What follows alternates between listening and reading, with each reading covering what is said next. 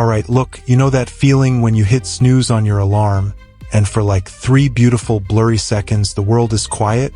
No traffic, no notifications, just quiet. Imagine that. But the alarm never goes off again. And the silence, it doesn't stop. We're gonna talk about that today.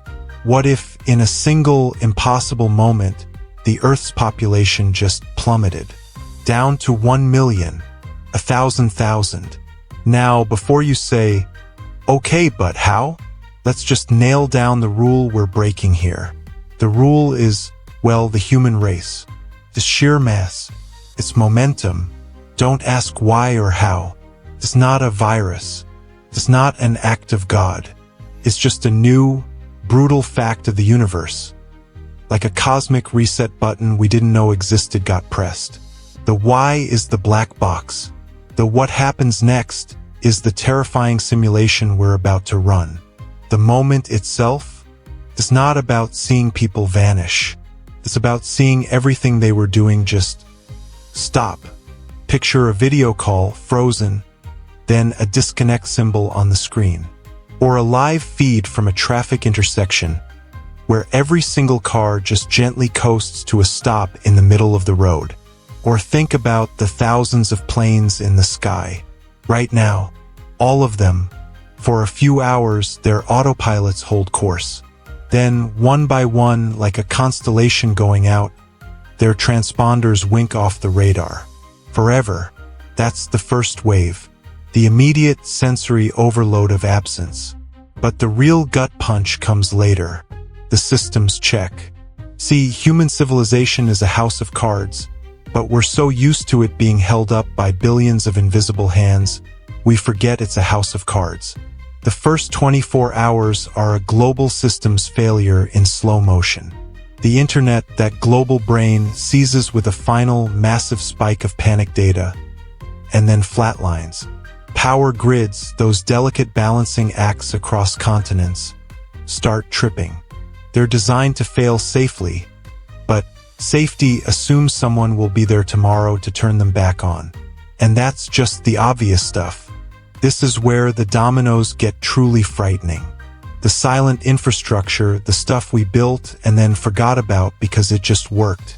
Think of a nuclear power plant. It needs constant, meticulous human supervision for cooling. Without it, the fail-safes by maybe a few days. Then, containment fails. Not with a Hollywood explosion, but with a slow, deadly bloom of radioactive steam. And that's one plant. Now multiply that by every active reactor, every chemical storage facility, every high-pressure pipeline with automated valves that will eventually rust and burst. In the weeks and months after the Great Absence, these ticking clocks start going off. Not with a bang, but with a toxic, irreversible whisper. The landscape gets scarred with new, permanent zones of silence, where not even the wildlife will go. So, initial chaos. Then, the slow-motion ecological self-sabotage of our own abandoned world. For the actual survivors, those 1 in 8,000, reality warps into something deeply personal. Your first clue that you're not completely alone might be the most analog thing ever. Smoke on the horizon. Not from a wildfire, but a controlled column of smoke from a chimney kind of smoke. That's where you go. The new social order isn't built in cities. It's built around skills and tools. The winner isn't the guy with the gold. It's the guy who knows how to trap an animal, purify water without tablets, or, and this is huge, the mechanic who can keep a 1980s diesel truck running on scavenged vegetable oil. Tech isn't dead, but it's selective. Anything that relies on a global supply chain or microchips is now a museum piece. What thrives is the 20th century and earlier tech. Bicycles, hand pumps, library books on steam engines. It's a weird, patchwork future stitched from the low-tech past. But here's the real, long-term crisis that isn't about food or water. It's about company, connection. 1 million people sounds like a lot until you scatter it across a planet. You might be the only human in your entire state.